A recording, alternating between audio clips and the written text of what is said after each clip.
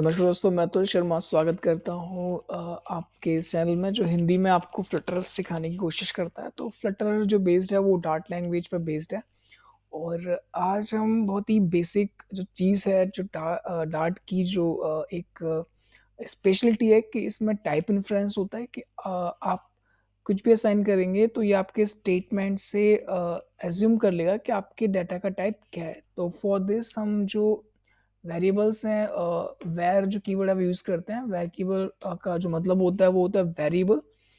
तो सपोज हमने एक वेरिएबल ले लिया जिसका नाम है मी और इसमें एक स्ट्रिंग जो है वो डाल दी लाइक माय नेम और तो अब इसका मतलब मैंने जो एक्सप्रेशन मैंने लिखा हुआ है यहाँ पर वेर मी अतुल इसका मतलब है कि कंपाइलर ने इन्फर कर लिया है कि जो एक वेरिएबल टाइप है जिसका नाम है मी और जिसका टाइप रहेगा स्ट्रिंग, क्योंकि आपने इसको स्ट्रिंग असाइन किया है तो इससे इसने इन्फर कर लिया। इन्फर मतलब समझ लेना है कि ये इस टाइप का है। तो आपको एक्सप्लिसिटली ऐसा कुछ नहीं लिखना है। जैसे आप लिखते हैं नॉर्मली स्ट्रिंग मी,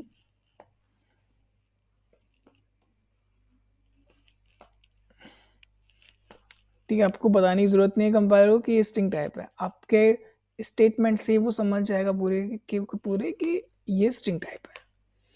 तो अगर आप इसमें कुछ और असाइन करने की कोशिश करते हैं तो वो आपको एरर शो कर देगा, क्योंकि अगर वो आपका जो वेरिएबल मी अगर स्ट्रिंग टाइप का है और आप उसको कुछ एक्स वाई जेड सेंड कर रहे हैं लाइक इंटीजर और डबल, तो एरर शो करेगा। क्योंकि डार्ट में रूल होता है कि आप जिस टाइप का आपने वेरिएबल लिया आप उसी टाइप का डाटा उसको असाइन कर सकते हैं। तो अगर मैं मी में डाल दूं आपका रीअसाइन करके 1 2 3, तो देखिए ये एरर दे देगा कि मी। अब देखिए the value of type int can't be assign two variable of type string. तो अभी मैं इंटीजर साइन कर रहा हूँ इसको 1 2 3, पर जब मैंने फर्स्ट एक्सप्रेशन लिखा था वेरिएबल डिक्लेयर किया था अपना, तो उसमें मैंने स्ट्रिंग डाला था जिससे कंपाइलर ने इसको स्ट्रिंग रूप में रखा है। और जब देखता है कंपाइलर कि आप इसको इंटीजर दे रहे हैं तो this will generate the error. ठीक है, तो ये आपको ध्यान रखना है कि आप जैसा भी आप वेरिएबल डिक्लेयर कर रहे हैं आपको उसी डाटा को आप टाइप का डाटा आप उसमें डाल सकते हैं। तो इसमें आप स्ट्रिंग असाइन कर सकते हैं, तो उसमें आपको कोई प्रॉब्लम नहीं आएगी। ठीक है ना।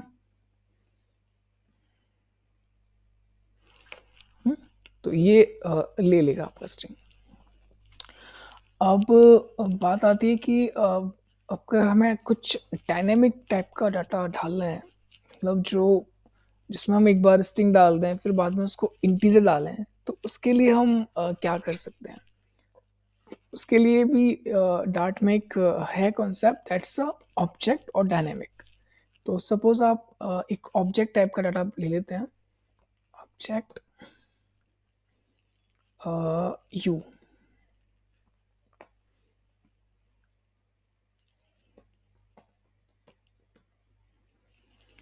तो यहाँ पर एक मैंने वेरिएबल ले लिया जिसका जो टाइप है वो ऑब्जेक्ट है, ऑब्जेक्ट में वो बड़ा आएगा और इसका नाम है यू और इसमें मैंने पहले स्ट्रिंग डाल दी। क्योंकि अभी ऑब्जेक्ट है, ऑब्जेक्ट का मतलब डायनेमिक ही होता है, तो इसमें आप कुछ और भी असाइन कर सकते हैं, कोई और भी डाटा असाइन कर सकते हैं। दैट इज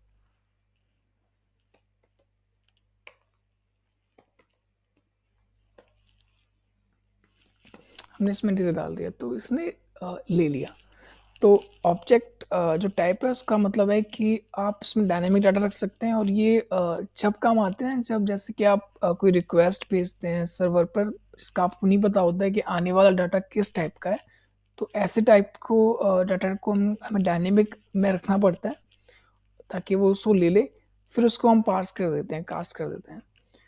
तो टाइप इन्फ्रेंस बस यही है कि वो समझ जाएगा जैसे भी आपका स्टेटमेंट है जो कंपाइलर है, और उसके हिसाब से वो आपको एक्सप्लिसिटली जो डिक्लेयर है वो करने की ज़रूरत नहीं है।